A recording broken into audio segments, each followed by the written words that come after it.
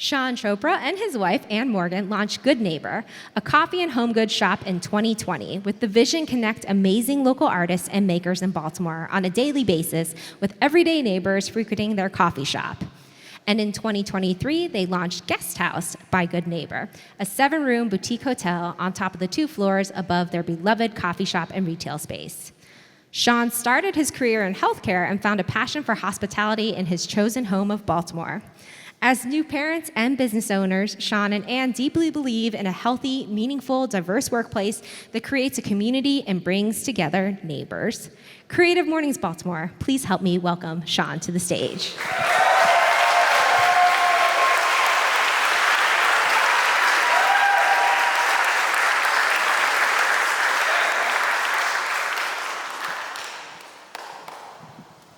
Whew. All right. Y'all really making me do this. Those people know, the few people in my life who I blame for making me do this because they wanted me to start speaking publicly. So I'm doing it for you guys, and I'm also doing it for all the introverted creatives out there who... Humbly, though, it is a privilege to be here, and thank you all for showing up this morning. If you would have told me, even a few years ago, that this many people would come listen to me talk about my creative journey, I would have thought you were crazy and coming to see someone else. I really was not living my true creative self until recently. So today I'm going to try to share with you how sincere and active reflection on 3 stages in my life led me to starting Good Neighbor and shedding a lifetime of going through the motions. Stage 1, breaking the status quo. Most of my entire life, I've been on this path of suppressing creativity for more practical choices. As a kid of immigrants, I quickly learned what I needed to do in order to make sure the sacrifices my parents took didn't go to waste. Seeing your parents struggle to navigate living in a new country and doing their best to make life better for you puts things into perspective real fast. Unfortunately, it also pushes you to live a life that is rooted in pleasing them, working extremely hard in school with the sole focus of becoming a lawyer or a doctor so that you can prove to them that it was worth moving to America. I joined that rat race with the goal of racing as fast as I could so I could reach that goal in their eyes, with maybe subconsciously thinking that I could start living for myself then. As I graduated and started working in a job that was great on paper, I quickly started developing this gnawing and this pit in my stomach. I never fully admitted it, as I had so much to be grateful for my situation, but I dreaded going to work on Monday. I even joked with my wife and my close friends and coined the term suppression Saturdays, suppression Sundays, in which I would avoid dealing with the work week ahead. I filled my life with fun, hanging out with friends, going out to eat, hobbies, traveling, mixed with a bunch of complaining about the immigrant experience, about the traumatic childhood, about not being able to do something because of my circumstances. Unfortunately, no amount of suppression would ever be able to get rid of that gnawing, that itch, that being uncomfortable with the fact that you aren't living your true self, your true creative self. So this is when I began to reflect deeply. First of all, reflection is hard. The literal definition of reflection is the throwing back by a body of light, heat, or sound without absorbing it. True reflection doesn't sugarcoat anything. Sometimes the reflection is a mirror, sometimes it's a person that deeply knows you, sometimes it's a therapist, sometimes it's a divine being. The most important thing is that in reflection is pure and it's honest. And that's really, really hard to face. It's easy for things to get in the way of active reflection. There are a myriad of deflections and distractions. Sometimes it's someone else's belief in what you should do, society's conventions and boxes, bills, rent, materialism, excuses regarding taking care of family, and the guilt of the immigrant sacrifice that your parents made. So was that it? Was I going to silence that itch, that gut feeling? Because of these factors? I sure tried to, but it wouldn't leave. One thing I knew through all this turmoil that I wasn't making it up, because every time I tried to get rid of that feeling, it came right back. So naturally, I began to spend time with that itch, that uneasy feeling. I meditated, I prayed, I sketched, I journaled, I read, and I actively listened to many. This period of reflection had to be active and intentional. I had to find time when it was quiet so I can write and reflect. But when is that really possible? When do we ever have the time or luxury to be free? It's not easy, as either there's circumstances that don't allow us, or we create circumstances to keep ourselves busy. During those periods of reflection, my recommendation is to be bored, miserably bored. Throw away your phone, find quiet time daily, do not hide.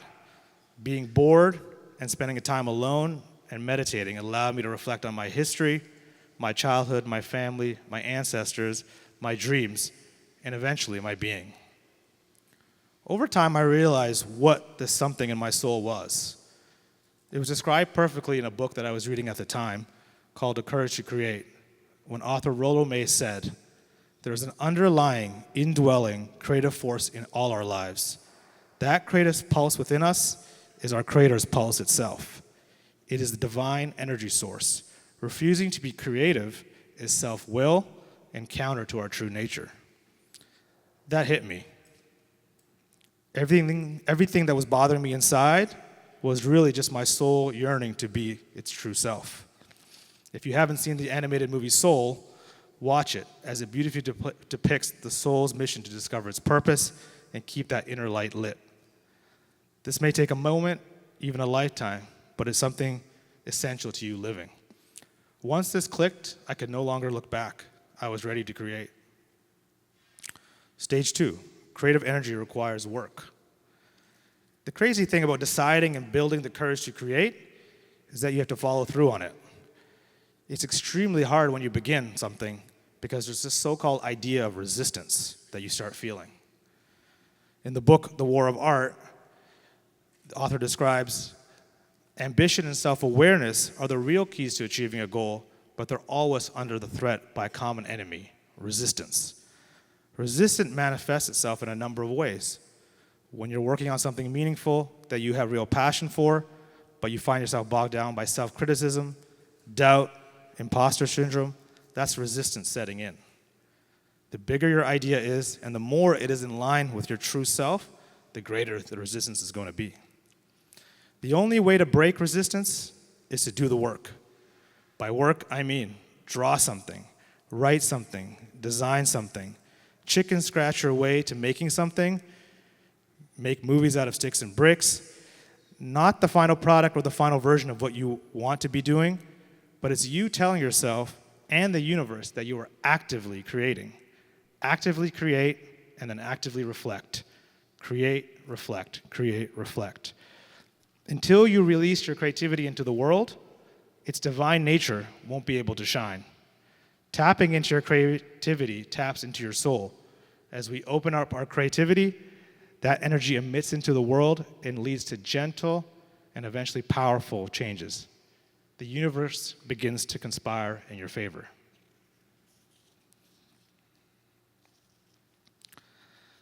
The thing is, creativity connects us all.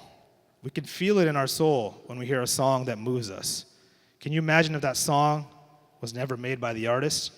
Imagine if the artist never put it out because they had fear of creating or the fear of failure. Once I figured this out, I just started doing the work daily. My parents taught me this really well and how to work hard, even if it wasn't for this specifically. Rigor, one foot in front of the other. I was opening my creativity to the world. I had no idea where it would lead to, but each baby step of active creativity and work I took, I felt that energy back from the world. Things that I never thought would be possible magically would be solved when I would meet someone by Kismet, or an email would come through my inbox, or a door would open that was impossible to open. To this day, if I told you the thousands of ways the universe conspired to make Good Neighbor what it is, you wouldn't believe me. And I truly believe it's because I put my entire being in it, which went on to attract the universe and others in it. Stage 3, living creatively daily. So I've been on this journey now for a few years, and the peaks and valleys of this new creative living have been large. I'm experiencing some of the highest of highs, dreams that I never thought were possible, but also major lows of was it all worth it? This is really hard, and can I sustain it? I wrestle with the idea of, do I really want to be a tortured creative and live in creative turmoil, experiencing this level of excitement, dread, purpose, fear? For some, it's a writer's block, a creative block. For others, like myself, it's a block of continued focus on direction and realities, running a business that has a myriad of realities rooted in survival, also requiring my constant creativity. That takes a lot of energy. I have failed at times, and I've struggled recently to find this rhythm. What I realized this month, and much thanks to preparing for this talk, is that the moment I recenter myself to my creative self, the universe and the dots begin to connect almost immediately. The quiet Libra in me, conflicted and agonizing over being here and having to talk in front of you all, was quickly reminded that I need to go back and practice what I was about to preach. I was forced this entire month to actively and honestly reflect and begin using the tools that I developed in stage 1 and 2. So let's reflect and recap these tools in the toolbox. Tool number 1, be bored. Spend time with your creative self. Go on dates with your creative self. Tool 2, be active in your reflection. Write, think, read, pray, meditate. Tool 3, go back to your ancestors, your roots, and your inner child. Reflect on being a kid and what moved you. Dive into the history of your ancestors, because that divine energy is too powerful to not pass from generation to generation. Tool number 4, be in community with the people who see you for who you are. This to me has always been my biggest gift. I know how to follow the source of divine energy in the people around me.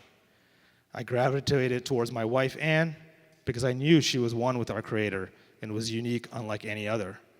If you're one of my close friends, you know I see you as a force of energy that I have to be in orbit with. This is community at its core, gravitating to our shared energy that makes us feel whole. In the book, An Artist's Way, they ask, why should we use our creative power? And the answer was, beautifully written, because, use your creative power because there's nothing that makes people so generous, joyful, lively, bold, compassionate, so indifferent to fighting and war and the accumulation of material and money. Imagine a world like that today where everyone was using their creative power. So stop telling yourself it's too late, wait till you make enough money. It's just your ego yearning a creative life. Dreams don't matter, and you should be more sensible. Family and friends would think you're crazy, or that creativity is a luxury, and you should be grateful for what you got.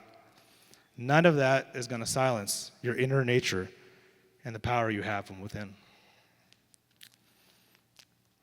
In closing, I want to leave you with one story about the piece of paper that I gave to you each when you came in. This is a piece of papyrus, the first paper ever invented by the ancient Egyptians and the ancestors to my father-in-law, who I call Baba, who is Egyptian and is one of my guiding sources of energy. Graciously, Baba has always seen me for who I am and can be. This coming from a man who worked so hard raising 3 kids, immigrating, working all over the U.S. in jobs he didn't really want to do, and being away from his family to do so. Through the sacrifice, he accomplished his goal of a better future for his kids. And if you know his 3 daughters, they are dripped in accomplishments. His youngest daughter, Anne, gets married to a nice guy like me with a good career, and things were good for a few years, until his son-in-law starts trying to find himself. Surprising to all of us, he didn't flinch. He supported me unconditionally.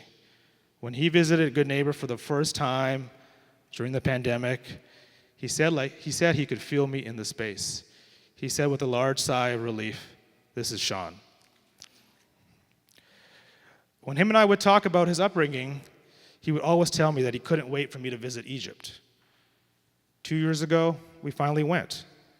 He took us everywhere, and it changed my life. This is where the early artists and designers of this world created. Besides all the large-scale inventions and the discoveries like the pyramids, I was fascinated by the invention of papyrus, the piece of paper in your hand.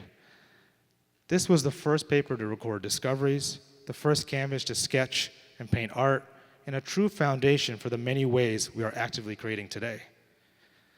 Near the end of the trip, I asked Baba if he could find me a few sheets for me to bring home. 20 minutes later, no joke, we were in Khan el-Khalili, one of the world's busiest markets, and Baba had orchestrated a cash deal in the alleyway where we were buying 2,000 sheets of papyrus.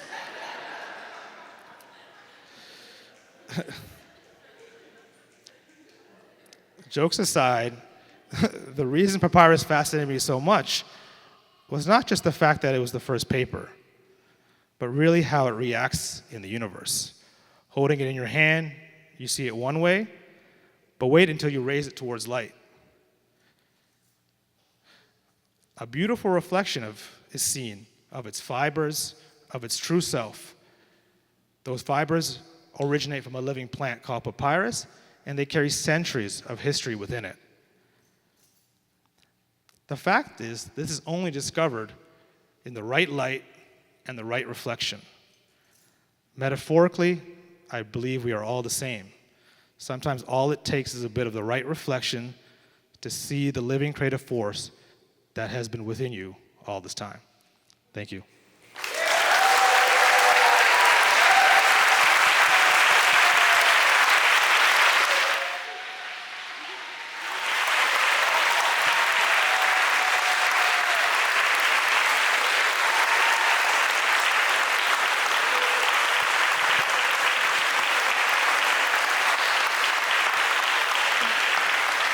Thank you, Shawn. I mean, also shout out to immigrant parents. 20 minutes, 1,000 sheets, that's what's up. We're now going to do a little Q&A, so get your questions ready. But to get started, reflecting on some of what you were saying in your talk, reflecting on reflection. And also something I learned yesterday is that you and Travis from Black Acres, one of our sustaining partners, actually knew each other from a previous life, so kind of thinking about community and reflection. And now you're both in a coffee space. So can you tell us more about how did you make that actual transition from where you were to where you are now? Yeah. It comes down to, finding your community, right? So when you're itching towards something that doesn't feel right and you're trying to figure out how do you be more creative, or how do you go ahead and take a leap of faith, you have to immerse yourself around people that you are gravitating towards, that have that energy of what you feel and what you want to be. And you have to dig deep, because once you lean on a path of creativity, that's ever consuming, right? It consumes everything you have. Going back to Travis and I mean, I believe we both, in our jobs, we're yearning for something different, and there's a lot of beautiful things that we probably, both have learned through the idea of being a health professional and taking care of people, that we translate, and I think we just wanted to find a platform to do that, and, through coffee, I think we found that, so, yeah.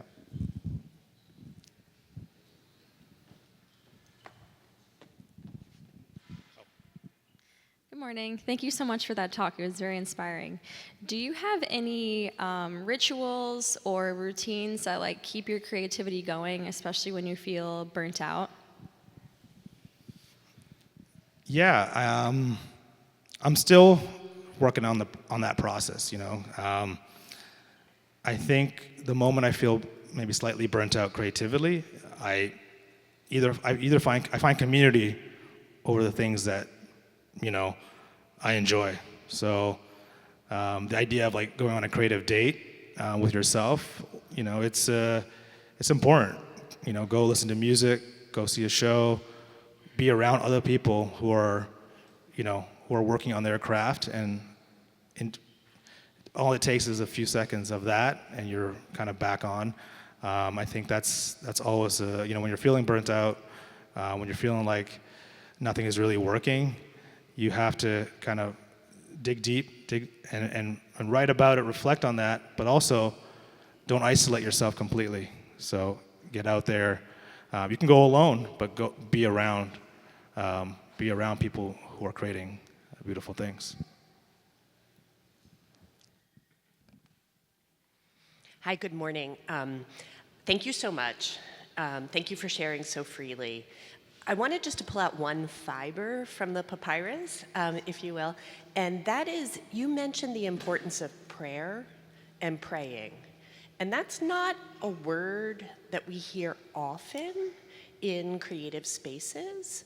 And I wondered if you could just, if you're willing, if you'd just like to share a little bit more about that. And one question I have is, your prayer individual or part of a collective? Like a part of a collective of people who gather physically in one space? That's great. It's been a journey, you know. So you know, I grew up, you know, in an Indian Hindu family. My wife grew up in a Coptic, Orthodox Egyptian Christian family, and you know, we've both been kind of rooted in communities of prayer and being around that. I deeply gravitated towards the Coptic Orthodox Church, which is the church that my wife and her family grew up in. But also, I learned so many principles in my path, and seeing my parents in their practice of Hinduism, of meditation, of spending time alone. And so I really find that I'm able to use those skills and those beliefs and those practices to really connect with our Creator. And that's really kind of what I've been trying to get at is, you know, we don't know why we draw, we don't know why we paint, we don't know why we want to write something, we don't know why certain feelings come from, and I really feel that that's a connection to what you're supposed to be and your kind of divine being. So yeah, I think I try to spend time with the idea of that and the idea of our Creator, and spend as much time in prayer to unlock, you know, my true self. So yeah.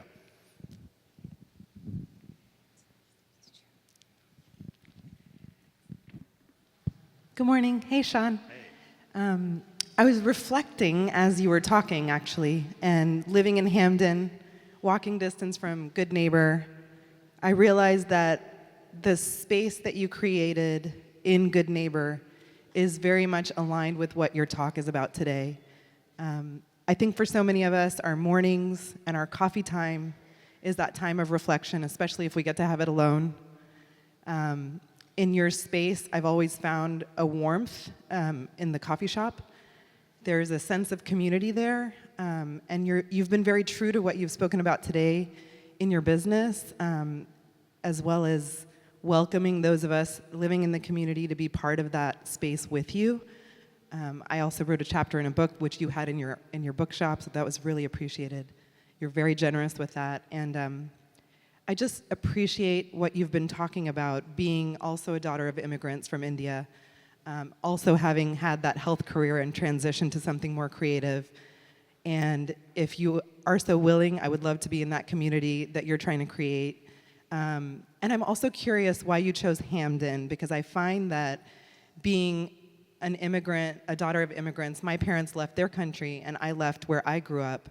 And I came to Hamden and I found a home there, much like my parents found a home in Houston. I would never leave Hamden. I love it so much. And I'm just wondering, is there any significance to you choosing that community? Because I feel very much a part of it, like you do probably. Yeah, thank you so much. it means a lot to like resonate, that I resonate with you. I didn't choose Hamden, to be honest. I chose Baltimore.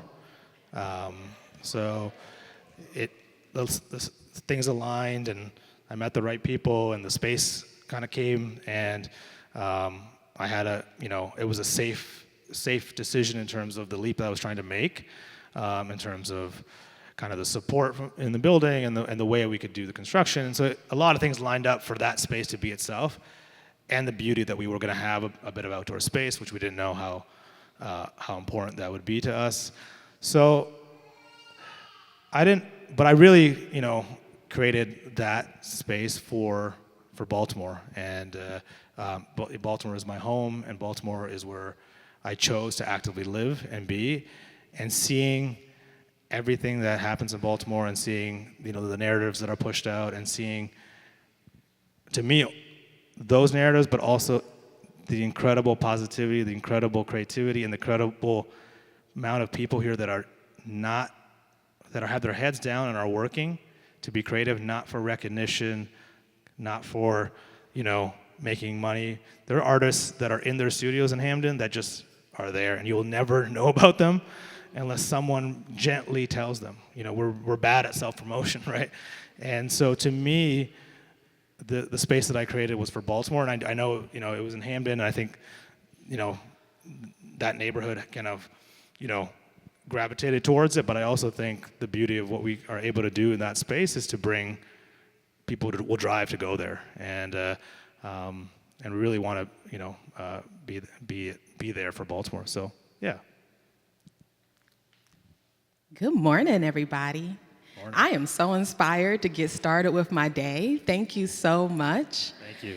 I'm really curious about, when did you know that you were ready to transition from your steady 9 to 5 into your creative endeavors 100%? It was never 100%, like this is when you should make the jump. I waited longer than I probably should.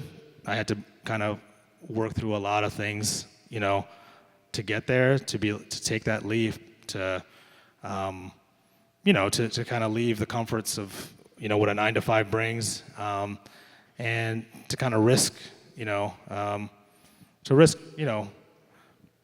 something, right?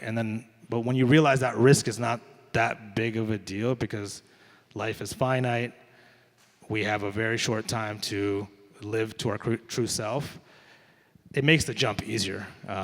And I think, I think, like I was saying, when you actively start creating or even putting things out there in the world, over that 5-year period where I was thinking of making the jump, and it was 5 years, it wasn't like 20 minutes or 1 year, and I'm like, okay, I'm going to switch my career. It was 5 years of immersing myself around beautiful people, trying to just consume creativity for a long time, and be like, I'm gonna watch this artist, I'm gonna, go to this store, I'm gonna go watch this movie, I'm gonna watch this play. And every time I would consume creativity, it always made me want to just create, right? It wasn't just a thing of pleasure. It was like, I need to be doing something like that. So, yeah, I think it's step by step, leap of faith. It's knowing that you have a community if you fall, they'll pick you up. It's knowing that you have a wife that truly believes in you and will go to any, degree to make, what you want to do possible. So it requires a lot of support, and it requires a lot of faith, but it's not that big if you fail, right? That's what you have to all realize. Like we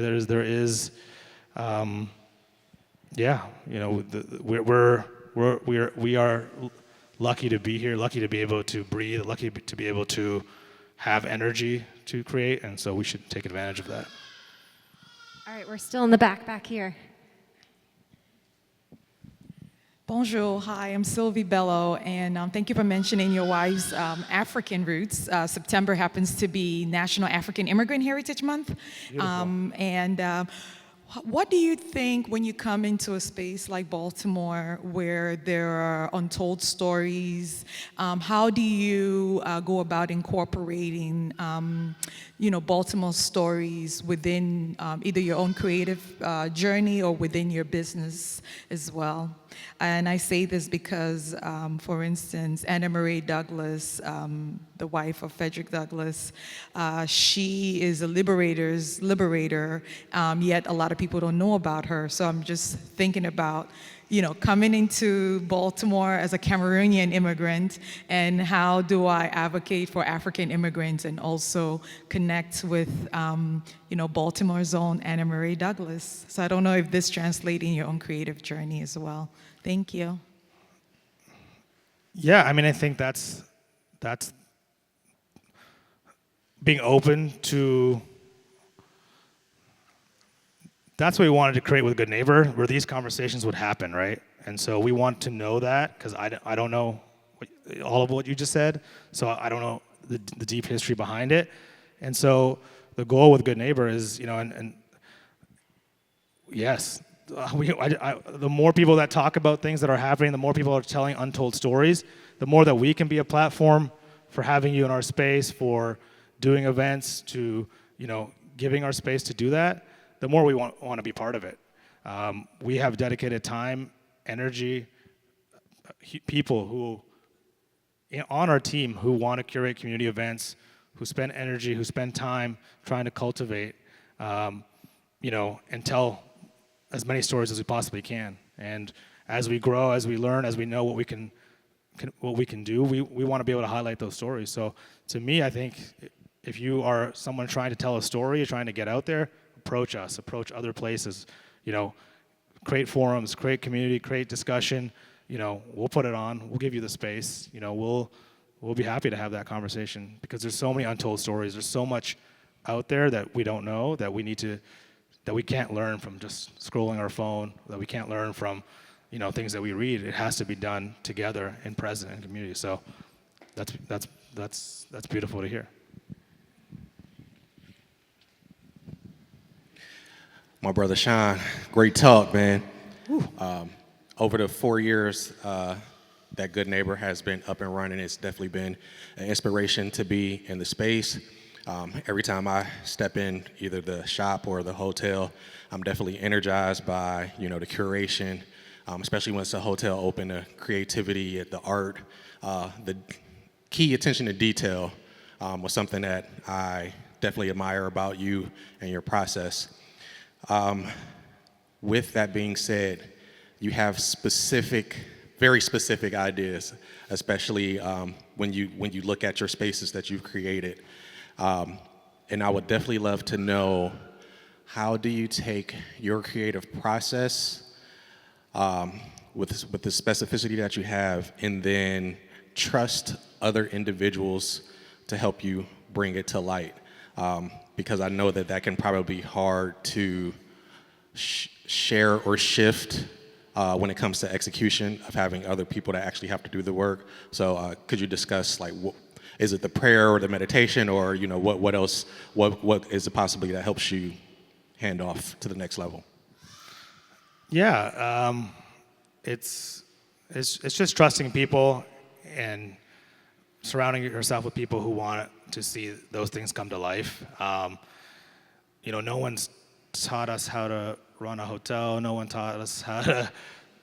taught me ever how to design and put a chair there, or put the counter here, and so in that process, I think you're able to create beautiful things, because I haven't been trained in that way.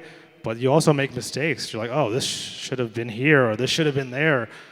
But then over time, you realize that those small mistakes you make end up being different ways to open people's minds up to how something should be, right? And I think with the idea of how I create, how I design, I always look at three things usually in design, and it's through heritage. I look at, where I'm from, India, where my wife is from, Egypt, and where we live in Baltimore. And I always try to bring those three principles together and those three worlds together, because that, to me, is the most genuine part of me, right? And those are the places that have formed me historically, and those are the places that are forming me currently. And then I think your team sees some of that, and they do their best to execute, and over time you just get better and better at being able to trust the process. When we print, one of the things we did in the hotel was we printed everything on papyrus. And it's not the best paper for an inkjet printer. It's, I had this whole vision that like everything you touch in the hotel is gonna be, on papyrus, and people are gonna like really be able to feel it and connect, and and I think it's a beautiful idea, but I also think at times when you can't see where the emergency exit is gonna be, or or your printer jams 100 times, you realize it's not a sustainable process, right? It's not a sustainable process yet. It doesn't mean you give up on that idea that, or I hope my team, Saba and Justin, are here today. I hope they don't realize that this is me saying we're not going to ever print on papyrus, because we'll figure it out one day, right? We'll figure it out one day. I think we'll hopefully be able to like find enough money to have a screen printer. I don't know. We'll figure how to do it, but it's understanding that you have to make compromises, and they're not negative compromises. They're compromises for functionality too. And so that's the wrestle, between creating art and then also trying to make a living doing it. So. Good morning. Thank you again Morning. for being here. My question is, once you are living your goal, you're in your creative journey, you're living your purpose, how do you maintain that? And how do you keep it growing? I have loved seeing your space grow over the years with the hotel addition, the greenhouse, and that probably took some discipline and further reflection. So how are you, within that time period, continuing to grow your goals and your success? Yeah, that's the stage I'm in now, and I think when I've been bottled up with things that I wanted to see come to life for so many years, and when you finally get to a point and you have that platform, you start saying yes to everything, and you start imagining everything, and you start trying to do everything, and that's powerful. I mean, it's powerful to get all your creativity from here out. And it's also powerful in lessons that you learn of like what's doable, what's achievable, what makes sense, and what's possible in this moment. So I think we have been working on like trying to like hone in on what we do best, perfect those things, and then move on to adding things that we want to see come to life. And that's the wrestle we're in right now. I think that's the part that it's like climbing to the top of the mountain and then realizing you have to keep going, because once you put your creativity out in the world, people and there's some resonation that happens there, it doesn't stop, right? There's more that's required from you to do, and for a while I wanted to do it. I wanted to do everything, and I still want to do everything, and I still want to see everything come to life. And then you realize that it takes a village, and you have to take care of your village to make sure that these things are possible and that we can all do them together.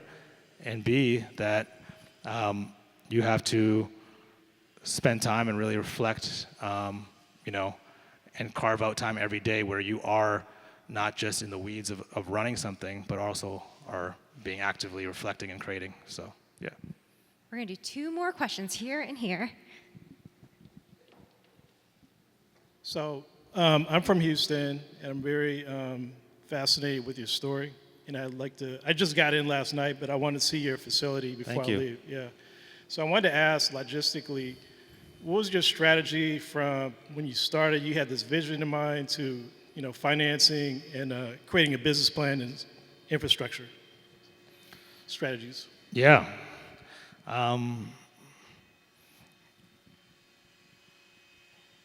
We tried to read as much as I can about how to start a business, how to run a business. In my healthcare side of things, I did run a small business. It was a solo thing. I was the only one working for it. And I learned about kind of some of the basics of of running something, but nothing like this. I just started asking as many questions as I possibly can. I reached out to anyone I knew who was doing a business, anyone I knew who was, seemingly successful, and I would take meetings. I would sit down. I would compile, thoughts and ideas, and I would always keep all of that and take a lot of it seriously, but also understand that what I was trying to do was going to be a little bit different, and it was going to be something that was only true to me. So it was this balance of thinking of how to have a sustainable business that can support growing and support the people that work there and support the creators that will create in it. And in terms of funding and trying to figure that out, everyone says no, because it's no one's, when I went to the, this is not a knock against the BDC or the Baltimore Development Group or the Baltimore Business, or local loans. It's hard for them to see something when you say, oh, you're not just a coffee shop. Oh, you're a store. Oh, you're trying to do this. This hasn't been done like this before.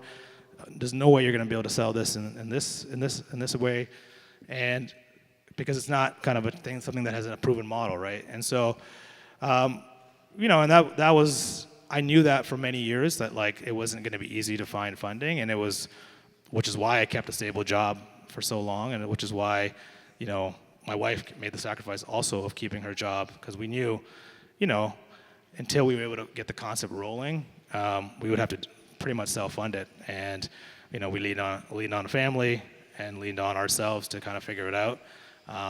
So in terms of raising money to do something, we can sit down and have a conversation about that. It's it's a path that the 12 years that leading up before it were kind of all instilling in me, and something inside me was save the money, keep some of it, and which is why I one thing I want to say is that it's never, I always had this feeling oh, I wish I started being creative earlier, right? I wish I was, more creatively active. I wish I was living the kind of the life that I created now, and I was always dreading, what if at the age of 20 or 21 I figured out exactly what I wanted to do. But for my purpose, that was not going to happen, and everything that I learned, every mistake that I made, every wrong decision that I took was a culmination, and getting to this point those were all lessons for me,